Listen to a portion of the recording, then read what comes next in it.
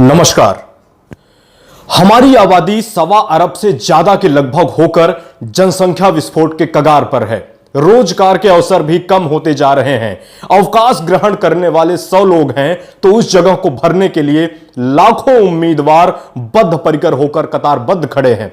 सरकारी उपक्रमों का घाटे में चलते रहने की वजह से ही निजीकरण की स्थिति, निजी एवं कारपोरेट क्षेत्रों में नियोक्ता प्रमुख की तानाशाही, 20-20 घंटों तक की सेवा के पश्चात भी असंतुष्टि की स्थिति, कर्मचारियों की छटनी, स्वैच्छिक सेवानिवृत्ति हेतु बाध्य करना, अनेक कंपनियों का दिवालिया एवं बंद होना, बेमियादी हड़ताल और तालाबंदी सतत चिंता का विषय है।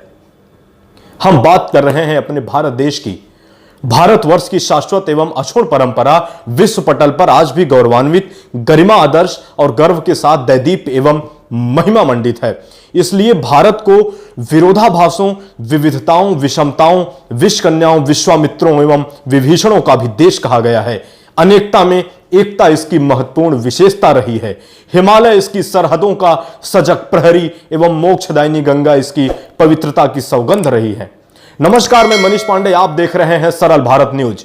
साहित्य के क्षेत्र में अपना विशेष स्थान रखने वाले श्री कुंज बिहारी पांडे जी की यह रिपोर्ट भारत के वर्तमान स्थिति पर। बने रहिए पूरे इस वीडियो में। आज आपको हर एक उस चीज से हम रूबरू कराने वाले हैं जो हमारे देश में वर्तमान की स्थिति बनी हुई है। अनेकों उच्च कोटि के साहित्य, कला, धर्म, दर्शन, योग, वेदांत, खगोल एवं आंकिक विषय ही नहीं बल्कि उपनिषद, भगवत गीता, श्री रामचरितमानस एवं महाभारत जैसे महाकाल इस देश की पावन माटी से पुष्पित, पल्लवित एवं रच बसकर वैश्विक स्तर पर अपनी सशक्त पहचान बनाने में सक्षम एवं सफल रहे हैं। अनेक वैदिक ग्रंथ, ऋचाएं, मंत्र, वेद, पुराण, स्तुतियों, श्लोक एवं अनेकानेक पवित्र धर्म ग्रंथ जैसे कुरान, गीता, बाइबिल, ग्रंथ साहब जैसे मुकद्दर ग्रंथ भारत की ईमान के ताज रहे हैं और उसकी आत्मा रहे हैं। प्राचीन काल में नालंदा और तक्षशिला जैसे नामचीन अध्ययन केंद्र विश्व स्तर पर भारत में ख्याति प्राप्त थे। वक्त बदला, हालात बदले, हालात परिवर्तित हुए, इतिहास बनते बिगड़ते रहे, ना जाने कितने संक्रमण काल और झंझावात आए और उसी का नतीजा रहा कि गौतम, ईशा, नानक, बुद्ध, कबीर, तुलसी और मीरा की ये पावन धरती आज कहां से कहां पहुंच गई। मीरा जिसने अपने अतुलनीय प्रेम एवं ईश्वरीय अनुकंपा से जहर को भी अमृत का स्वरूप दे दिया। अनपढ़ कबीर की यह माटी जिन्हें आज का सिर्फ साहित्य जगत के सूर्य के रूप में जाना गया, बल्कि उनकी महत्ता इससे पता चलती है कि उनके एक एक दोहे पर थीसिस लिखी जा रही है और लोग डॉक्टरेट की उपाधि प्राप्त करने हेतु कटिबद्ध एवं सतत संकल्पशील हैं। शंकराचार्य का यह देश जिन्होंने मात्र 32 वर्ष में ही असाधारण कार्य करते हुए देश की चतुर्दिशों में 4 मठों की स्थापना कर डाली। उन्होंने एकमात्र ब्रह्म की सत्ता की सर्वोपरिता को सार्थक बताते हुए ब्रह्म एवं जीव के भेद को मिटाकर ब्रह्म सत्यम जगत निष्ठा जीवो ब्रह्म है नापरः के आधार पर ही अद्वैतवाद की आधारशिला रखी थी। रामकृष्ण और मोहम्मद का यह देश जिन्होंने मानव जीवन को धर्म, कर्म, संयम, शांत भाव, सदाचार, सत्कर्म, आदर्श और मर्यादा का पाठ पढ़ाया, इसीलिए वो लोग दिव्य आत्मा माने गए थे। परंपराएं पीछे छूटती गई, आधुनिकताओं का दौर आया, परंपराओं की लाश पर आधुनिकताओं का महल खड़ा कर दिया गया, जिसके फलस्वरूप हमें विकासशील होने का गौरव मिला और आज विकसित होने की पंक्ति में खड़े हैं। परंतु सिक्के का दूसरा पहलू समाज व राष्ट्र के लिए विरोधाभासी एवं नकारात्मक स्वरूप के साथ साथ सहभागी बना, संवेदनाएं मरती गईं। भावनात्मक रूप से लोगों में दूरियां आई, सामूहिक परिवार टूटते चले गए, सर्व से स्व का चलन आ गया, एकांकी परिवार का दौर पनपा, परोपकारिता की जगह यथार्थवाद ने ले लिया, संस्कार की जगह व्यभिचार, अनाचार, अत्याचार, पापाचार, दुराचार ने पांव पसारे, सर्वजन हिताय सर्वजन सुखाय के स्थान पर अपनापन, व्यक्तिवाद, परिवारवाद एवं भाई भतीजावाद का जन्म हुआ। अगर आप ये वीडियो YouTube पर देख रहे हैं तो प्लीज वीडियो को लाइक कर लें और चैनल को सब्सक्राइब कर लें। आगे हम आपको बताते हैं कि रहीम जी लिखते हैं कि रहीमन पानी राखिए बिन पानी सबसून की जगह नया जो एक वाक्य आ गया कि गांधी पैसा लूटिए बिन पैसा सब सून, ये चरितार्थ होता दिख रहा है वर्तमान समय में। कार के चक्कर में संस्कार को भूलना पड़ा। अभिवादन, नमन, वंदन एवं अभिनंदन का विकल्प tata, bye bye, hi hello और ओके आधम के। वैदिक मंत्रों में श्लोकों की स्थितियों एवं सुगम संगीतों की जगह पाश्चात्य तड़क भड़क फोटो और फास्ट म्यूजिक ने ले लिया। आज रामदेव की जगह कामदेव का युग हो गया। पंडित जसराज, भीमसेन जोशी और अनेक शास्त्रीय संगीतज्ञ के स्थान पर माइकल जैक्सन, यान्नी और बाबा सहगल के धुन पसंद किए जाने लगे। ईद, बकरीद, होली, दिवाली, क्रिसमस और रक्षाबंधन जैसे प्रमुख पर्वों का स्थान new year, birthday, Valentine day और क्लबों तथा बार जैसी जगह ने ले लिया। घर का स्थान हाउस ने ले लिया। इस तरह के बदलावों को माध्यम मानकर हम विज्ञान के युग में कदम रखने का दावा किए, लेकिन विज्ञान से जब इस तरह के विकास का चरमोत्कर्ष होता है तो इसी विकास का अगला पहलू हमें विनाश की ओर ले जाता है। हालांकि हमने अपने अन्वेषण से वायुयान, हेलीकॉप्टर, एयरबस जैसे आविष्कार किए। झोपड़ियों की जगह हमने गगनचुंबी इमारतों एवं आलीशान सर्व सुविधा संपन्न भवनों को स्थापत्य कला के नमूने के रूप में तैयार कर दिया, जो आकाश की ऊंचाई को छूने हेतु आतुर एवं उत्तेजित प्रतीत होते हैं। Bulb, tubelight, flood light, focus जैसी अत्याधुनिक प्रकाशी तंत्रों का आविर्भाव होता चला गया और हम विकसित या विकासशील देश की तरफ कदम बढ़ाने लगे।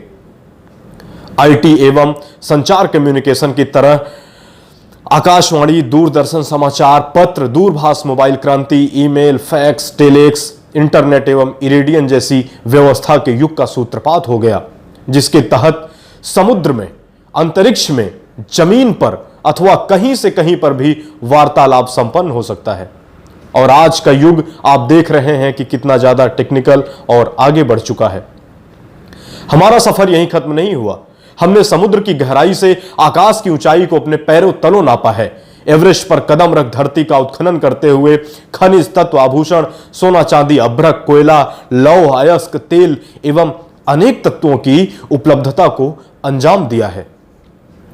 समुद्र से पेट्रोलियम पदार्थ, गैस, मूंगा एवं रत्नाभरण हमारे विकास के प्रमाण रहे हैं। पर्वतों को हमने काटकर उनके पत्थरों से सड़कें, विशाल किले और भव्य महलों का स्वरूप दे दिया। नदियों के पानी को रोककर हमने बांध बना दिए। बांध का निर्माण करके ऊर्जा के क्षेत्र में विद्युत उत्पादन क्रांतिकारी कदम रहा है। पीढ़ी दर पीढ़ी एवं सीढ़ी दर सीढ़ी हम विकास की मुख्य धारा से जुड़ते रहे, आगे बढ़ते रहे, परंतु इतिहास गवाह है कि हमने प्रकृति एवं पर्यावरण के साथ जितनी छेड़छाड़ एवं जद्दोजहद की, उसका भयावह नतीजा भी हमें ही भुगतना पड़ा। प्रकृति का यह विद्रूप एवं प्रलयकारी स्वरूप जब भी हमारे सामने आया है, तब सिर्फ तबाही और केवल तबाही हुई है। एक कहावत है, आपने सुनी होगी कि 100 सुनार की ना एक लुहार की। इस तर्ज पर प्रकृति अपना हिसाब चुकता कर देती है, जैसा कि वर्तमान समय में हम सबको कोरोना महामारी से परिचय हो चुका है। कुदरती कानून के अनुसार कोई भी प्राकृतिक आपदा काफी हद तक जनसंख्या संतुलन बनाने का कार्य करती है। जिस प्रकार हम 40 किलो वजन को आसानी से सहन कर सकते हैं, वजन की वृद्धि के तहत किसी तरह ज्यादा से ज्यादा 50 किलो को जैसे तैसे सह लेते हैं, परंतु जब भार बढ़कर 100 किलो हो जाता है तो हम प्रतिवाद स्वरूप उस उक्त भार को फेंक देते हैं। ऐसा ही कुछ हाल हमारी प्रकृति का भी है। उसकी भी एक लिमिट है, उसका भी एक अपना एक सीना है, सहन शक्ति है। जब जनसंख्या वृद्धि अप्रत्याशित हो जाएगी, हो नहीं जाएगी बल्कि हो गई है, तो प्राकृतिक संतुलन हेतु अपने स्तर से प्रकृति अपने सारे हथकंडे अपनाती है, जिसका नतीजा अतिवृष्टि, अनावृष्टि, सूखा, बाढ़, अकाल, महामारी, भूकंप, सुनामी, वायुयान दुर्घटना, ट्रेन दुर्घटना, जहरीली शराब से अनगिनत मौतें ही एक प्रकार से प्राकृतिक असंतुलन का परिणाम है। दुनिया के समस्त क्षेत्रफल में भारत का योगदान मात्र 2% के लगभग है, परंतु जनसंख्या के मामले में संपूर्ण विश्व के 1/4 के लगभग हम अकेले हैं। रूस के क्षेत्रफल की बात करें तो भारत से 7 गुना बड़ा, और हम भारत जनसंख्या में रूस से लगभग 9 से 10 गुना आगे रहे हैं। हमारा मुकाबला कहीं नहीं है। कहीं ऐसी और फैक्ट्री नहीं है जनसंख्या के उत्पादन में भारत और चाइना को छोड़ के जो हमें पीछे कर सके। हम गर्व के साथ कहते हैं कि हम विकास कर रहे हैं। देश की 22 से 25% संख्या, इससे ज्यादा की संख्या लगभग भुखमरी के कगार पर है। बड़ी मुश्किल से 2 वक्त की रोटी मुहैया हो पाती है। परंतु उसका दूसरा पहलू यह भी है कि हमारे यहां प्रतिदिन इतनी सब्जियां फेंक दी जाती हैं या बेकार कर दी जाती हैं जितनी कि पूरे ब्रिटेन की खपत होती है। जनसंख्या की यही रफ्तार अगर यथावत बढ़ती रही और इसके लिए कोई सार्थक कदम ना उठाया गया तो आने वाले समय के लिए यह एक बहुत बड़ा अभिशाप बनकर मानवीय सभ्यता के लिए सिरदर्द एवं मुसीबत का सैलाब बन जाएगी। ऐसे में महंगाई सुरसा के मुंह की तरह अपना आकार दिन प्रतिदिन बढ़ाती जा रही है। कोढ़ में खाज की तरह दुख, दर्द एवं गरीब एवं कमजोर आवाज को तोहफा एवं वसीयत के रूप में परोसे जा रहे हैं। हम पाना क्या चाहते हैं और पा क्या जाते हैं? हमें मिलना क्या चाहिए और हमें परोसा क्या जाता है? हमें किस चीज की इच्छा है और हमें मिल क्या रहा है? कर्म कुछ और, फल कुछ और। चाहे पुत्र हो या पुत्री हो, संतान तो हमारे अपने ही होते हैं, परंतु उक्त परिप्रेक्ष्य संबंधी धारणाओं में हमारा जमीन आसमान का अंतर होता है। मुंबई में एक बार एक सर्वेक्षण किया गया था। वहां कराए गए सर्वेक्षण में लगभग पता चला था कि 10,000 गर्भपात में 9,950 सिर्फ कन्या भ्रूण के थे। पुत्र जन्म पर त्योहार जैसा वातावरण बना दिया जाता है और कन्या की जन्म पर जैसे नानी मर गई हो। मानवीय भावनाओं एवं मानसिकता से अपने ही खून, अपने ही अंश के रंग अलग अलग क्यों हैं? ऐसा क्यों होता है? और विचारात्मक विरोधाभास हमारे दिमाग में क्यों आता है? अक्सर देखा गया है कि कोई भी बुजुर्ग अथवा परिवार के मुखिया जब किसी वधू एवं नववधू को आशीर्वाद देते हैं तो कहते हैं कि दूधो नहाओ पूतो फलो। यहां तो दूध कौन कहे, नहाने के लिए पानी भी नहीं है। पानी भी मिलना मुश्किल होता जा रहा है और पूतो फलों का परिणाम ही है कन्या भ्रूण हत्या। और हमारी आबादी 1.25 अरब से ज्यादा के लगभग होकर जनसंख्या विस्फोट के कगार पर है। रोजगार के अवसर खत्म होते जा रहे हैं। अवकाश ग्रहण करने वाले 100 लोग हैं तो उस जगह को भरने के लिए लाखों में उम्मीदवार बद्ध परिकर होकर कतारबद्ध खड़े हैं। सरकारी उपक्रमों का घाटे में चलते रहने की वजह से निजीकरण की स्थिति, निजी एवं कारपोरेट क्षेत्रों में नियोक्ता प्रमुख की तानाशाही, 20 घंटों तक की सेवा के पश्चात भी असंतुष्टि की स्थिति, कर्मचारियों की छटनी, स्वैच्छिक सेवानिवृत्ति हेतु बाध्य करना, अनेक कंपनियों का दिवालिया एवं बंद होना, बेमियादी हड़ताल एवं तालाबंदी सतत चिंता का विषय है। नगरीय प्रदूषण, सांस संबंधी बीमारी, दमा, माइग्रेशन, डिप्रेशन, कैंसर एवं एड्स का प्रभाव निरंतर बढ़ता जा रहा है। शहर के वाहनों से निकलने वाले धुओं के संपर्क में आने वाला हर व्यक्ति रोजाना लगभग 20 से 25 सिगरेट पीने जितना धुआं सांस के माध्यम से निकालने हेतु बाध्य एवं मजबूर है। दुर्घटनाओं में भी बेइंतहा वृद्धि हुई है। आए दिन रेल दुर्घटनाएं आम बात होती जा रही हैं। सड़क दुर्घटना में अप्रत्याशित वृद्धि चिंता का विषय है। वायुयान दुर्घटना भी प्रकाश में आ रहे हैं और मैं आज जो ये वीडियो बना रहा हूं, मैं आपको बता दूं कि आज ही अभी केरल में एक बहुत बड़ी वायुयान दुर्घटना हुई है। अपना भारत देश आध्यात्मिक देश है जो ओम शांति मंदिर के घंटों की आवाज, मस्जिद के सुबह की अजान एवं गुरुद्वारे वाहे गुरु की वाणी के प्रति श्रद्धावनत होकर साष्टांग एवं सजदा हुआ करता है। यह सब भी आज प्रश्न चिन्ह एवं संदिग्धता के दायरे में है। श्रद्धा को भी तर्क की कसौटी पर रखा जाने लगा। आज हम बाहरी साजिश की अपेक्षा आंतरिक अंतर्द्वंद को लेकर ही उलझे पड़े हैं। कहीं मंदिर, कहीं मस्जिद विवाद, कहीं सांप्रदायिक तनाव एवं दंगे, कहीं जाति एवं वर्ग संघर्ष, तो कहीं आर्थिक राजनीति, धार्मिक सांस्कृतिक युद्ध का बदस्तूर जारी है।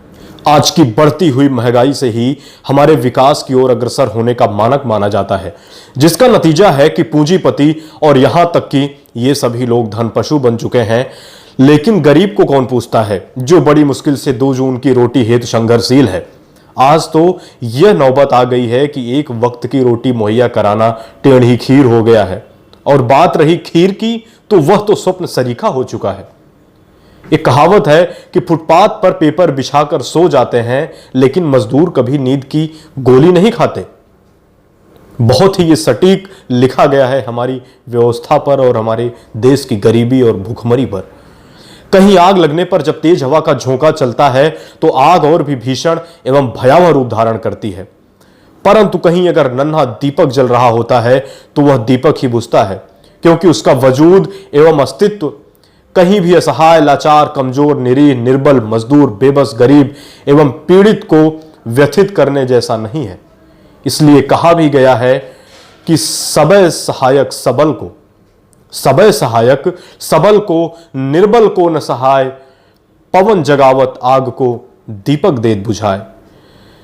ये रही हमारी श्री कुंज बिहारी पांडे जी की ये रिपोर्ट। बहुत ही अच्छा लिखा गया हमारे देश की वर्तमान स्थिति पर। बने रहिए आप सरल भारत न्यूज के साथ। अगर आप ये वीडियो YouTube पर देख रहे हैं तो हमारे चैनल को सब्सक्राइब कर लें, अच्छा लगा हो तो वीडियो को लाइक कर दें, और अगर आप ये वीडियो Facebook पर देख रहे हैं तो हमारे पेज को फॉलो कर लें। मैं मनीष पांडे इजाजत लेता हूं, आपसे फिर मिलूंगा एक नए विषय के साथ। नमस्कार।